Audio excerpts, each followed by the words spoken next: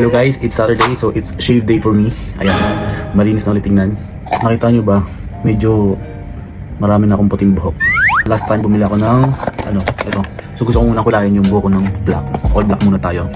Itong kulay ko na to almost 2 months na. Ako lang ng kulay niyan. And marami na lumalabas na puti so magkukulay ako ng black. Samahan nyo ako guys. So dito ko ilalagay. At ito yung gagamitin ko, toothbrush. Lumang toothbrush na to guys.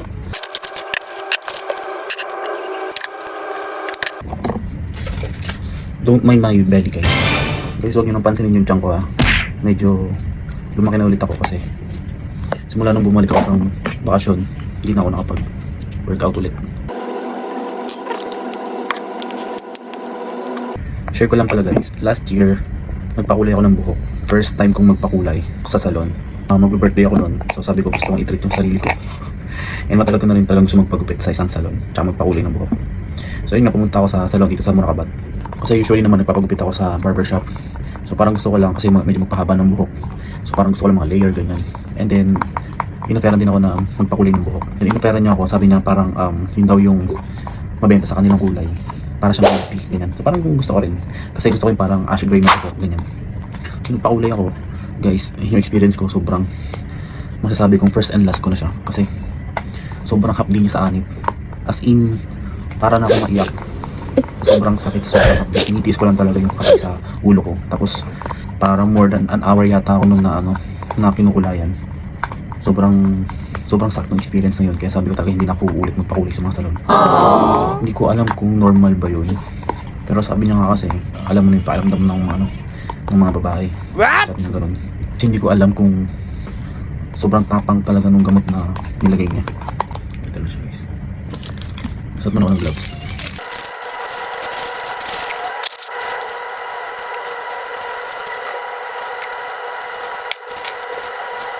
So yun, nagpakulay ako. Sobrang feeling ko nasusunog yung anit ko. Dahil sa sobrang hapdi. Pati sa mata. Yung chemical, umaabot sa mata yung sobrang tapang. Tapos, nung nabanlawan na siya at natuyo. Hindi siya yung kulay na in-expect ko na parang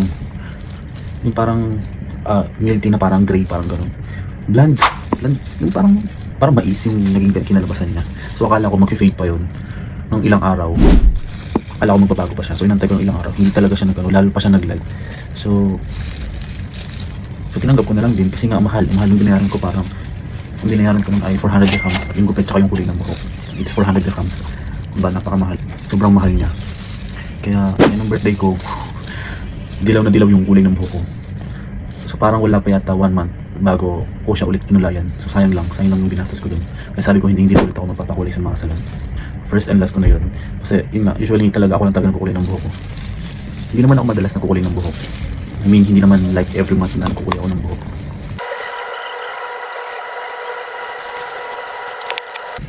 Kailangan malagyan ko siya lahat, pati yung pinakagilid.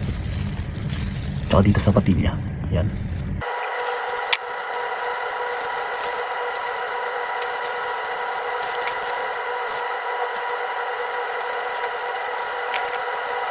Siyempre pati yung pinakataas. Lahat yan lalagyan ko.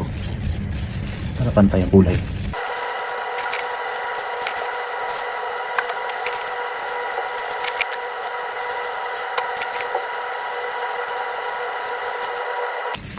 So last touch.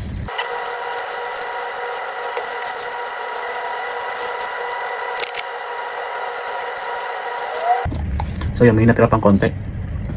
Pero tingin ko, okay na to. So ayan guys, tapos ko na siyang lagyan, na-cover ko na lahat. Actually may konti pang natira pero hindi ko na siya inubos kasi sobrang dami na. So i-rest lang natin siya ng mga 35 to 45 minutes. So while waiting guys, share ko lang sa inyo. Meron kasi akong isang follower. So kagabi, minute ko siya. Kasi may binigay siya sa akin. Actually para sa mga alaga ko.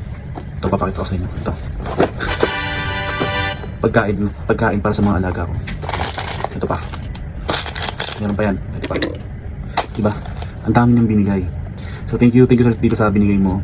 Ayaw niya magpa-mention. So ayan. Ito lahat ng binigay niya. At hindi lang yan guys. Hindi ko naman na-expect na ito. Bibigyan niya rin ako ng ito, chocolate tsaka ng pabango. Diba? Napakabait. Mabait mo sir. Maraming salamat at makakatikim na rin ako ng fixed chocolate. Hindi ko pa na-try ito. Tapos ayan. Bigyan niya ako ng perfume. So ayun, thank you po dun sa follower na ayaw magpa-mention. Na-appreciate ko po yung effort tsaka yung generosity nyo. So ayun, marami na naman pagkain ng aking mga alaga. Thank you. Ayun guys, tapos ko na siyang banlawan. All black na ulit ang buhok.